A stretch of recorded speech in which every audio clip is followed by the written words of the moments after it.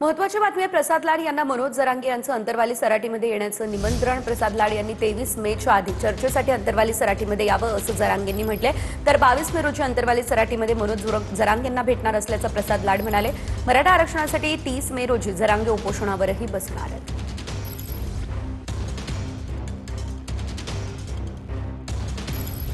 त्या लाडभूला त्यांना निमंत्रित केलंय. त्याचं कारण पण तसंच आहे. निमंत्रित केलंय म्हणजे आम्ही स्वतःहून केलेलं नाहीये. पत्रकार बांधवांनी त्यांना दोनदा तीनदा विचारलं, मंजुऱ्या मिळणार, मान्य करणार मागण्या, म्हणजे हो 100% करणार. मुख्यमंत्र्यांना देवेंद्र फडणवीस साहेबांना सुद्धा भेटायची गरज नाहीये. परंतु मला मात्र त्यांच्या शब्दात माया वाटली, म्हणून मी त्यांना सांगितलं की तुम्ही यावं, पण 23 तारखेच्या आत या, मेच्या.